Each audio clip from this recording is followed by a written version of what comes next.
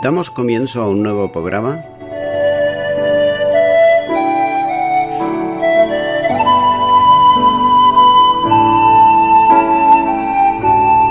Servidores de Dios. Quien te habla es Manuel Cornejo.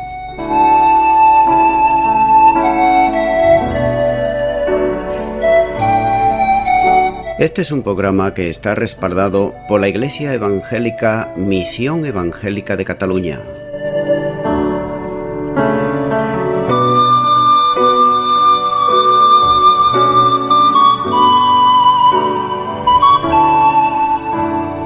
Estamos situados en la ciudad de Sabadell, en la avenida Matadepera número 239.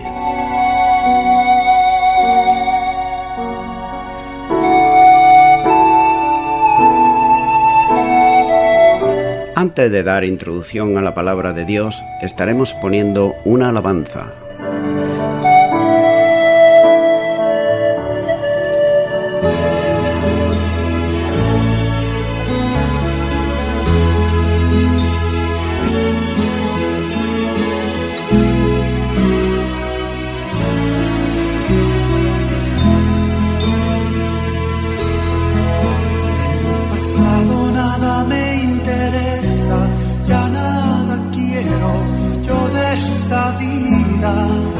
Yo solo quiero vivir para ti, quererte a ti, servirte más. Y cada día quiero luchar por hacer siempre tu voluntad. No quiero nada más que tu amor y que me llenes de tu verdad. Y cada día quiero luchar por hacer siempre tu voluntad. No quiero nada más que tu amor y que me llenes de tu verdad.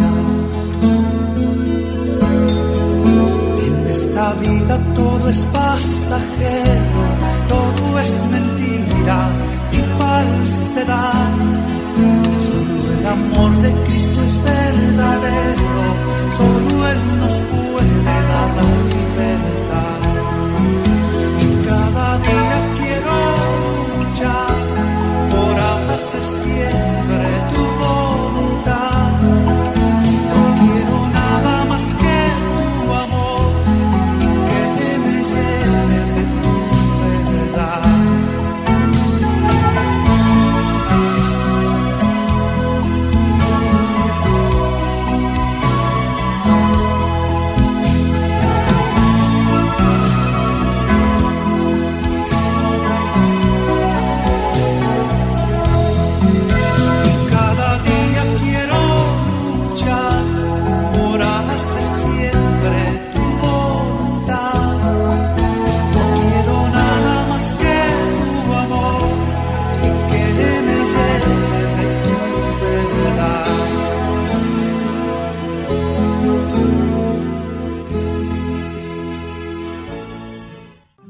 Bienvenido al programa Servidores de Dios.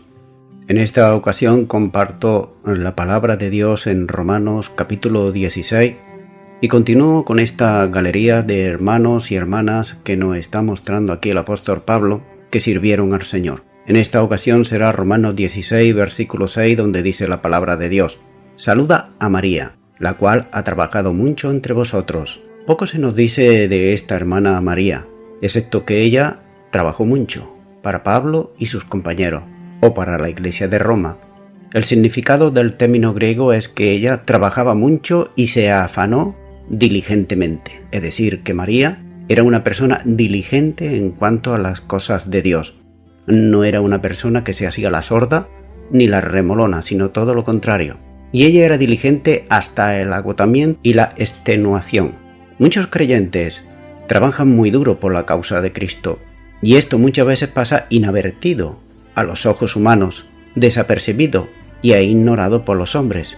Pero Dios ciertamente toma nota de cada una de las cosas que se hacen de corazón y se hacen para el Señor. Hebreos 6:10 dice: porque Dios no es injusto para olvidar vuestra obra y el trabajo de amor que habéis mostrado hacia su nombre, habiendo servido a los santos y sirviéndole aún. Que nosotros demos nuestro todo por el Salvador y su obra, no tan solo cuando somos vistos, porque eso al hombre le gusta mucho, hacer ver que hace cosas para Dios y quizás más que ninguno, pero siempre cuando está siendo visto. Pero sin embargo debemos de hacer cosas también para el Señor, también cuando ningún hombre, ningún ojo humano nos está viendo. Levántense, hombres de Dios, y olviden las cosas poco importantes que hay, y de su corazón y de su alma y su mente y sus fuerzas para servir al Rey de Reyes. Es lo que debemos de hacer. La palabra María, que es Miriam, era un nombre muy común en el Nuevo Testamento, y varias mujeres tenían este nombre. Por ejemplo, en primer lugar vemos María, la Madre de Cristo, que se encuentra en Mateo 1:16, María Magdalena, Lucas 8:2, también María, la Madre de Juan Marcos, Hechos 12:12, también María de Betania, la hermana de Marta, Lucas 10:42, también María, la mujer de Cleofas, Juan 19:25, y nótese que en este versículo 3 de las 4 mujeres mencionadas tenían como nombre María. Y el versículo naturalmente que nos ocupa, que es Romanos 16:6. Continúo con Romanos 16, ahora el versículo 7 que dice: Saluda a Andrónico y a Junías, mis parientes y mis compañeros de prisiones, los cuales son muy estimados entre los apóstoles y que también fueron antes de mí en Cristo. Hay alguna incertidumbre si acaso el segundo nombre representa a un Junías o a una mujer Junía. Después de cómo es acentuado el nombre, de Junías, si esta persona era una mujer, y es posiblemente que Andrónico y Junías fuesen lo más posible marido y mujer. Pablo no nos dice cuántos hechos interesantes sobre todos estos dos creyentes, pero sin embargo todos los padres de la iglesia, hasta bien entrada la Edad Media, tuvieron a Junía. Fijaros bien que digo Junía, no Junías, sino Junía, por esposo de Andrónico. Solo en el siglo XIII cambió la interpretación. En alguna medida, especialmente en el mundo protestante, la interpretación del nombre como masculino obedece a la traducción de la Biblia, hecha por Martín Lutero, que siguió la de Weber. Sin embargo, el nombre masculino no existe en la literatura griega, y su interpretación como forma abreviada del nombre latino, que se denomina Juniaus y Juniaulus. Por tanto, vemos que es muy posible, como he dicho, que Junías fuese Junía. Por tanto, como he dicho anteriormente, es muy posible que Junía fuese la esposa de Andrónico. Y vemos que, en primer lugar, ellos eran parientes de Pablo, dice. Esta palabra se usa a veces para parientes sanguíneos, cercanos, como lo que nos dice en Marcos 6:4 y en Lucas 1:36, respecto a Elizabeth, que era pariente de María. Romanos 9:3, Pablo usa este término en un sentido más amplio, a referirse a todos los israelitas como sus parientes según la carne. Pero en Romanos capítulo 16, Pablo usa este término 3 veces, en el versículo 7, en el versículo 11 y en el versículo 21, y nombra a 6 personas como sus parientes. ¿Significa esto que estas personas eran israelitas, relacionadas los unos con los otros como lo eran todos los judíos? ¿O está indicado por Pablo como un parentesco más cercano?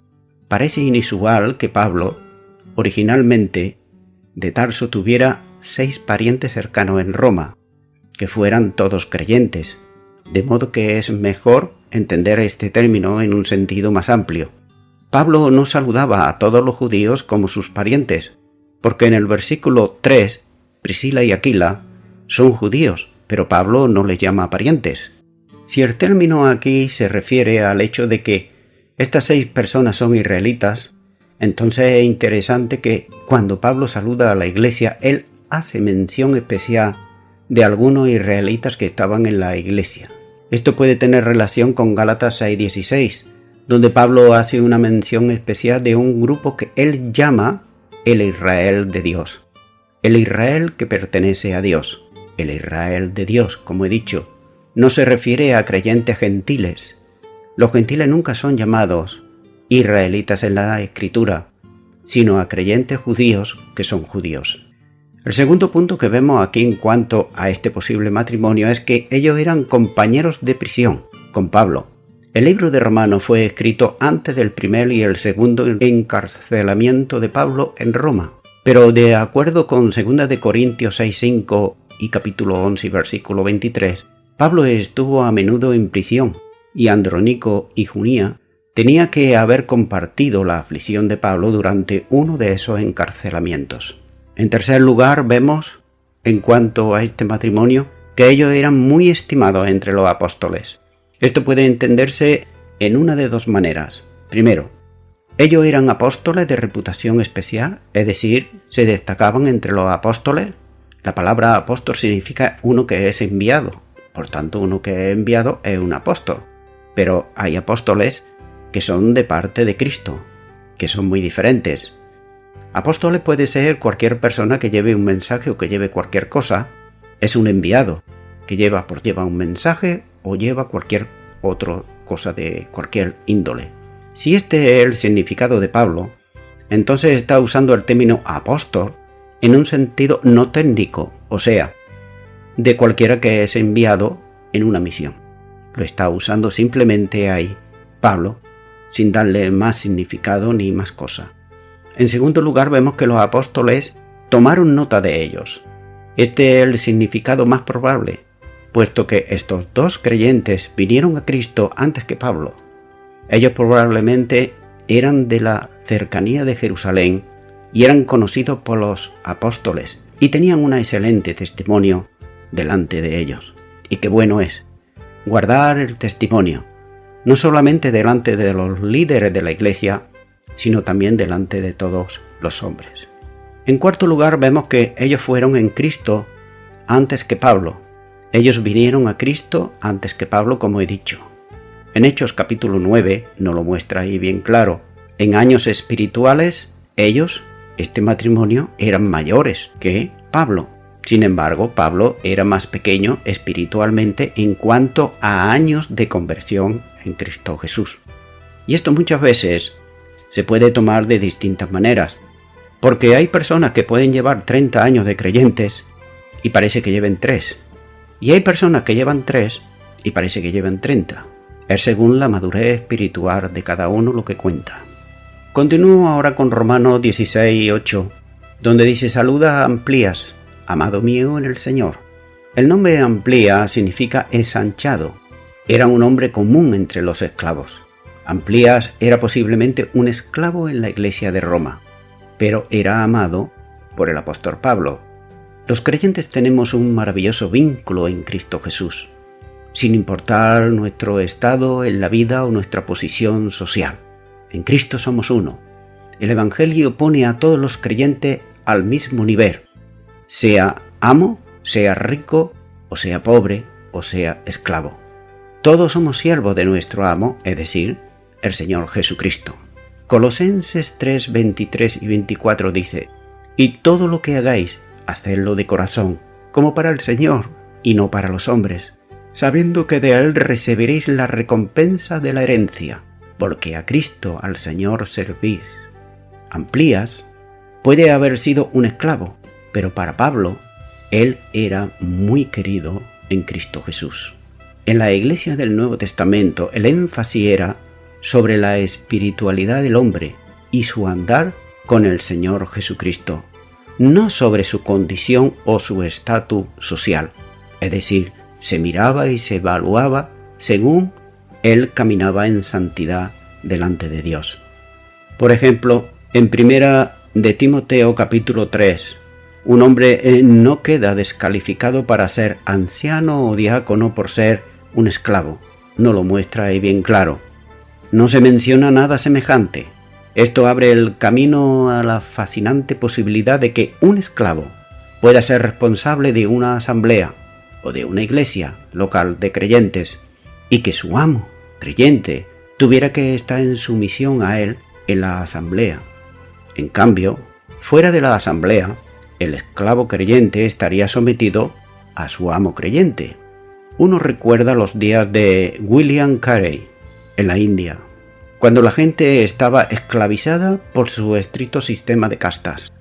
Pero cuando esta gente confiaban en Cristo como su Señor y Salvador e ingresaban en la iglesia del Dios vivo, ellos disfrutaban de igual posición en Cristo, siendo coherederos de la gracia de la vida. Podemos imaginarnos, por ejemplo, a una persona que está trabajando, por poner un ejemplo, en una fábrica, y es simplemente un peón, pero que a su lado tiene al dueño de la fábrica. Y los dos alaban al Señor y están ahí en el mismo banco. Para Cristo son iguales.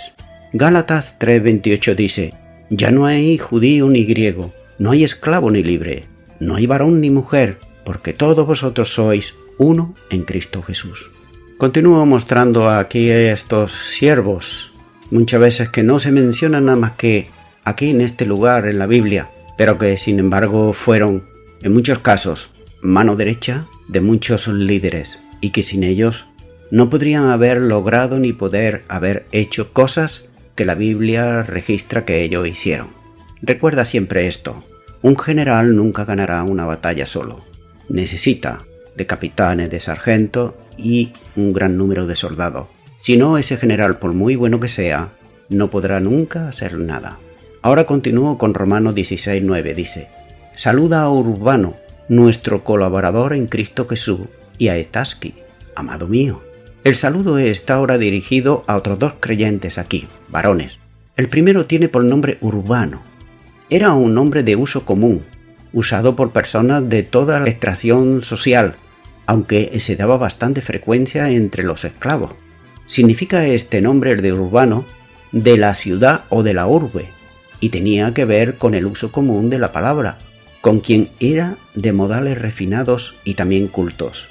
El apóstol Pablo da testimonio de que este hermano, llamándole nuestro colaborador, debido pues haber estado relacionado con el grupo de colaboradores del apóstol, pero no formaba parte del grupo de Pablo, a quien suele llamar mis colaboradores, como ocurre con Priscila y Aquila en el versículo 3.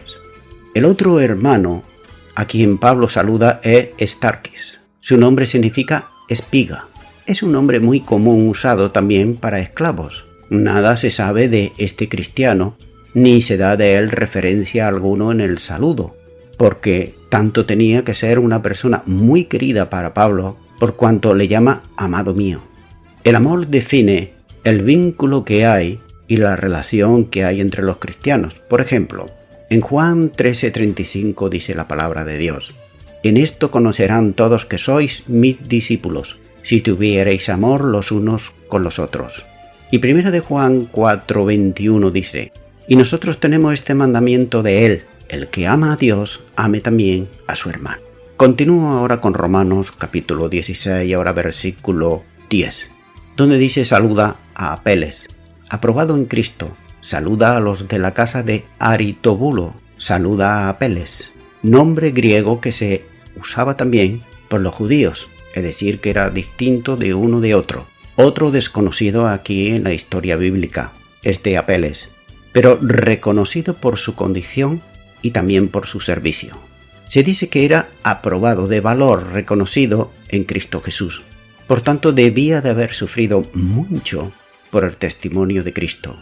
Esto demuestra que era un hombre que permaneció siempre fiel al Señor Jesucristo. Y esa es la tónica general de quien asume ese compromiso de sufrir por causa del Evangelio y de nuestro Señor Jesucristo. Segunda de Timoteo 3:12 dice: y también todos los que quieren vivir piadosamente, pero si enseñamos y declaramos las verdades bíblicas, es decir, las verdades de Dios, vamos a ser perseguidos. Por eso es importante que siempre, cuando hablemos o digamos algo delante de los hombres, lo digamos conforme a la palabra de Dios, y duele a quien le duele. Por tanto, con quien tenemos que estar bien es con nuestro Salvador y no con los hombres. También dice que saluda a los de la casa de Aristóbulo. Posiblemente, Aristóbulo era un hombre de la nobleza romana. Ha surgido que Aristóbulo pudo haber sido el nieto de Herodes el Grande, el hermano de Herodes Agripa I. Si bien es difícil determinar si esto es realmente el caso, si así fuera, Pablo estaría probablemente refiriéndose a esclavos de su casa que eran creyentes, es decir, de Herodes Agripa I. Por tanto, nunca debemos ser reticentes de encontrar creyentes aún en los lugares menos pensados. Pueden estar ahí. La familia de Herodes era una de las familias más impías de la historia de la humanidad, pero Dios puede hacer su maravillosa obra de gracia aún dentro de las puertas y los muros de los incrédulos más infames. Es irónico que aún en nuestros días, las más celebradas y publicitadas agendas ateas de la segunda mitad del siglo XX tuvieron un hijo que se hizo cristiano, muy a pesar y muy a disgusto de sus padres. Por tanto, vemos aquí que Dios siempre tiene algún hijo o alguna hija suya en cualquier lugar, donde menos esperemos. Prueba de ello lo tenemos en el libro de Esther, por poner un caso, como hay otros tantos. Continúo ahora con Romanos 16, versículo 11, donde dice: saluda a Herodión, mi pariente, saluda a los de la casa de Narciso, los cuales están en el Señor. Herodión era pariente de Pablo, lo cual probablemente indica que era judío. Debemos recordar también el cercano parentesco que como hermanos tenemos todos los creyentes, porque en Cristo Jesús somos hermanos en la fe, porque hemos nacido de un mismo Padre, nuestro Padre eterno, y también tenemos un mismo bautismo y tenemos un mismo Dios, como nos declara la palabra de Dios. Por tanto, no puede haber un pariente más cercano que un hermano o una hermana en Cristo Jesús. El nombre Herodión puede indicar alguna relación con la familia de Herodes. El comentarista Endicott sugiere asociado con o teniendo admiración por la familia de Herodes. Es lo que dice ahí, es decir, que estaba muy cerca de Herodes. Y también el comentarista Murray sugiere que pertenecía a la familia o a la casa de Herodes. Vemos que, por tanto, debía de estar muy cercano. Quizá él también estaba relacionado con la casa de Aritubulo, versículo 10 que acabo de leer el anterior. El nombre Narciso nos recuerda a un joven mitológico de la leyenda griega que era tan hermoso, que todas las niñas deseaban pertenecerle, es decir, deseaban que fuese su novio, pero él solo las evitaba, le daba de lado, no quería a ninguna. Finalmente, una de esas niñas o jóvenes cuyo corazón él había herido, hizo la siguiente oración a los dioses, naturalmente a los dioses paganos. Recordemos que esto es una leyenda, que el que no ama a otros se ame a sí mismo. Y dice la leyenda que la diosa Nemesis concedió su petición. Por tanto, cuando Narciso se inclinó sobre una limpia poza para beber y vio su propio reflejo, se enamoró inmediatamente de él. Ardía de amor por sí mismo y no podía dejar de contemplar su imagen. Se miraba a él y solamente a él. Él permaneció allí languidiéndose lentamente hasta que murió, sin hacer otra cosa, nada más que contemplarse a sí mismo. De modo que Narciso, o el narcisismo, ha llegado a ser un término que se refiere al amor a sí mismo, un interés excesivo por la propia apariencia, el bienestar, la importancia, las habilidades, etc., que se están mirando solamente esto que se denomina el narcisismo, se miran a sí mismos y no ven lo que hay a su alrededor ni les importa lo más mínimo. Se están mirando a sí mismos, no quieren hacer nada, solamente quieren ver su obra, lo que ellos hacen, lo que ellos son en realidad es lo que les interesa. Lamentablemente, esta es una de las principales características de los últimos tiempos. Segunda de Timoteo 3:2 dice: porque habrá hombres amadores de sí mismos. Por otro lado, vemos que el comentarista Lipford sugiere que Narciso puede haber sido un rico y poderoso liberto que tenía una cercana relación con el emperador Claudio, sirviendo como su secretario, y que más tarde fue ejecutado porque después de que Nerón asumiese el trono. Si Aristíbulo estaba relacionado con la casa de Herodes, como dice el versículo 10, entonces podría haber sido un cercano aliado de Claudio, Estas dos posibilidades nos pueden ser de alguna ayuda para entender lo que dice Filipenses 4:22, cuando Pablo está diciendo los santos de la casa del César. Puede relacionarse con este hombre, porque habría habido al menos 2 casas dentro del palacio que tenían creyentes entre ellos. Continúo ahora con Romanos 16, versículo 12, donde dice: saluda a Trifena y a Trifosa, las cuales trabajan en el Señor. Saluda a la amada Persida en el Señor, la cual ha trabajado mucho en el Señor. Estas 3 creyentes, mujeres, eran conocidas por su trabajo. La palabra significa trabajo arduo, no un trabajito cualquiera, aún hasta el punto del cansancio y el agotamiento. El creyente, los cristianos, debemos de aprender siempre a descansar en el Señor Jesús, tanto en las peticiones de oración cuando se las confiamos a Él y estamos esperando sabiendo que Él es fiel y a su tiempo Él responderá, igual que cuando estamos cansados por el trabajo. Mateo 11:28 dice: venid a mí todos los que estáis trabajados y cargados, y yo haré descansar. Este descanso puede ser tanto espiritual como también físico. Estas 3 mujeres trabajaban, dice la palabra, en el Señor, y sabemos que nuestro trabajo en el Señor no es en vano. Primera de Corintios 15:58 dice: así que, hermanos míos amados, estar firmes y constantes, creciendo en la obra del Señor, siempre sabiendo que vuestro trabajo en el Señor no es en vano. Nuestro trabajo debe ser siempre en el Señor, y lo que hagamos para el Señor. Y también debe ser por amor a su gran nombre. A la iglesia en Efeso le dice el Señor, Apocalipsis 2:3, y has sufrido, y has tenido paciencia, y has trabajado, nótese, y has trabajado arduamente por amor de mi nombre, y no has desmayado. Por causa de quién es Él, aquel para quien trabajamos, es digno de nuestro mayor esfuerzo y también de nuestra energía. Él merece nada más y nada menos que lo mejor de nuestras vidas. Si alguien trabajó, fue precisamente el apóstol Pablo mismo, cuando él dice en 1 de Corintios 15:10, pero por la gracia de Dios soy lo que soy, y su gracia no ha sido en vano para conmigo. Antes he trabajado más que todos ellos, pero no yo, sino la gracia de Dios conmigo. Este fue un trabajo motivado y capacitado en nuestras hermanas por la gracia de Dios. Nuestra motivación, nuestro trabajo para el Señor también debe de ser motivado por el amor. El amor para y hacia el Salvador, y por el creyente y por todos los hombres.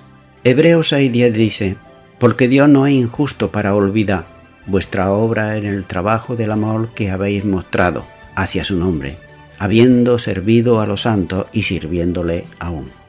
Trifena significa delicada y Trifosa significa refinada. Tenían nombres muy similares y quizá eran hermanas. A veces los padres dan a sus hijos nombres que suenan parecidos o que en alguna manera son similares, por ejemplo, Ruth y Raquel, o Mari Carmen y Marisol, etc. Persida, sin embargo, su nombre significa dama persa. El trabajo de Persida es descrito en tiempo pasado, lo cual es inusual. El trabajo de las primeras 2 mujeres es descrito en tiempo presente.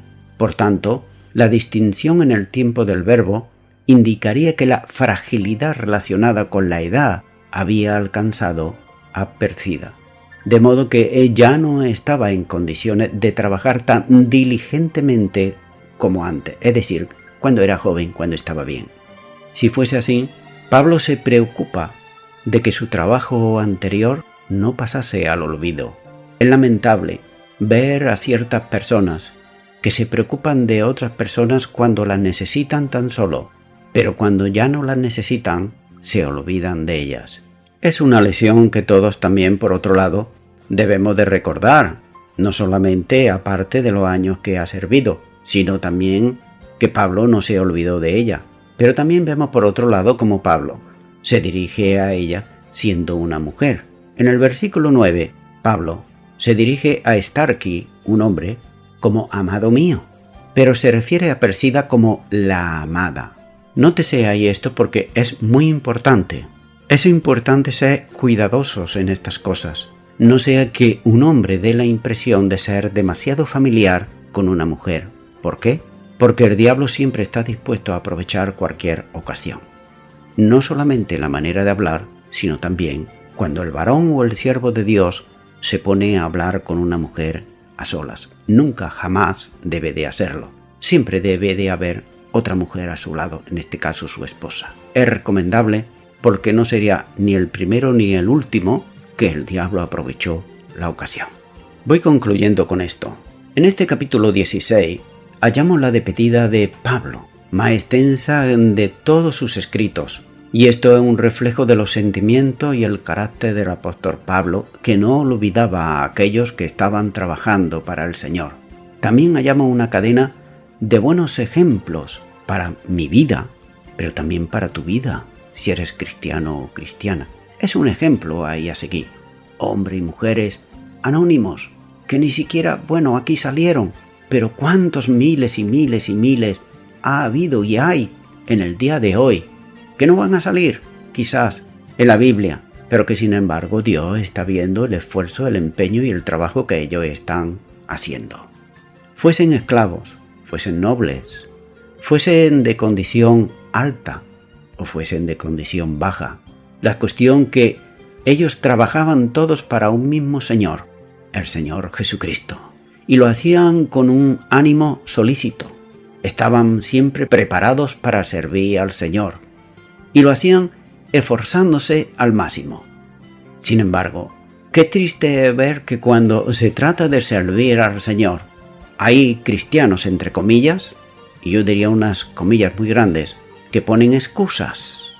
Y a lo mejor son cristianos que han estado hace media hora alabando al Señor y quizá levantando sus manos y diciendo Señor te amo y quizá hasta cayéndole lágrimas. Pero cuando se trata de hacer algo para el Señor, vienen las excusas.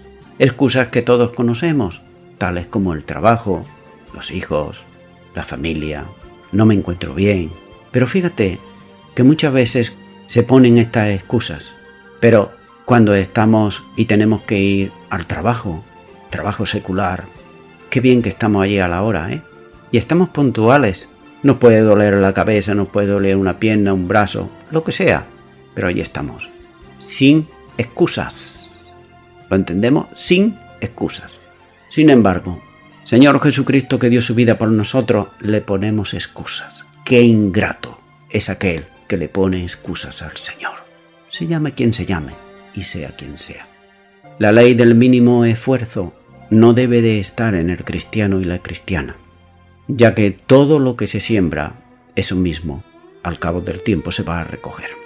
Mi amigo, mi amiga, a través de estos pasajes bíblicos hemos podido ver como hombres y mujeres, que unos eran esclavos, como hemos dicho, y otros eran nobles. Hay algo en común en cada uno de ellos, y hay algo en común que también les unía, ¿y qué era? Que cada uno de ellos personalmente, no colectivamente, sino personalmente, habían tenido un encuentro con el Señor Jesucristo, el Salvador de sus almas, el dador de la vida eterna. Habían tenido un encuentro y esto cambió y transformó su vida. Bueno, tú podrás decir, sí, pero el Señor Jesús murió, eso es un mito. ¿Cómo es que tuvieron un encuentro con Él? ¿Quién lo puede esto atestiguar? Mira, solamente si mirases la historia, libros que hay, verás, por ejemplo, que de la historia de las Galias hay un libro nada más. Y todo el mundo lo cree. Se diga lo que se diga allí. Sin embargo, de la muerte, del ministerio de nuestro Señor Jesucristo, hay más de 600 manuscritos. Y mira lo que nos dice Mateo 28, 6 y 7. Dice, no está aquí, pues ha resucitado. Como dijo, venid, ved el lugar donde fue puesto el Señor. Id pronto y decid a sus discípulos, nótese, que ha resucitado de los muertos, y aquí va delante de vosotros a Galilea, allí le veréis, he aquí, yo lo he dicho. Mi amigo y mi amiga, la razón de por qué habían encontrado al Señor Jesucristo es muy sencilla. es porque Él resucitó. La razón por que a través de los siglos millares y millones de personas tuvieron un encuentro con el Señor Jesucristo es sencillamente porque Él vive. Él es Dios. Mi amigo, mi amiga, tú también puedes tener en el día de hoy, en este momento, un encuentro con el Señor Jesucristo. Y tú podrás decir, bueno, ¿y dónde tengo yo ese encuentro? ¿Que tengo que citarme en algún lugar? No. Es en tu corazón donde puedes tener ese encuentro. Pero para tener un encuentro, igual que cuando una persona viene a tu casa, tú lo primero que haces cuando llama a la puerta de tu casa, si tú quieres recibirla, es abrirle la puerta. Pues asimismo, si tú quieres tener un encuentro con el Señor Jesucristo en tu vida, en tu corazón, tú tienes que abrirle la puerta de tu corazón. Recuerda, esa puerta solamente se abre desde dentro, no desde fuera. Eres tú libremente el que debe o la que debes de hacerlo. Si es así que tú quieres hacerlo, pues yo te animo ahora y a donde tú estás, a que ores conmigo una oración y pueda tener ese encuentro con el Señor Jesucristo como Señor y Salvador. Por tanto, ahí a donde estás, repite y di conmigo: Señor Jesús, te doy gracias por tu amor, por tu fidelidad. Tu palabra dice, como he escuchado, que tú no estás muerto, que tú has resucitado de entre los muertos y que muchas personas han tenido un encuentro contigo.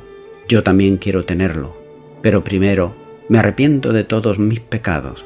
Te abro mi corazón y te recibo como Señor y Salvador. En el nombre de Jesús. Amén. Pues muy bien, mi amigo y mi amiga, si tú has recibido de todo corazón al Señor, Él ya está en tu vida, Él ya está en tu corazón. Quizá a lo mejor tú no has sentido nada, pero te aseguro que sentirás su presencia, su amor, su fortaleza, su misericordia, su perdón. Lo vas a ir notando. Es bueno que tú también, para saber más de Él y conocerle mejor, puedas empezar a leer la palabra de Dios por los evangelios y que también naturalmente te puedan ayudar hermanos y hermanas en la fe, como estos que hemos estado compartiendo en Romanos 16. Ellos no lo sabían todo, pero hubo quien le enseñó. Por tanto, es bueno que tú te congregues en una iglesia cristiano evangélica donde se enseñe la sana doctrina. Ahí podrás crecer espiritualmente. Y a toda la audiencia, me estoy despidiendo de todos ustedes y será Dios mediante hasta el próximo programa, si así Dios lo permite. Que Dios os bendiga a todos.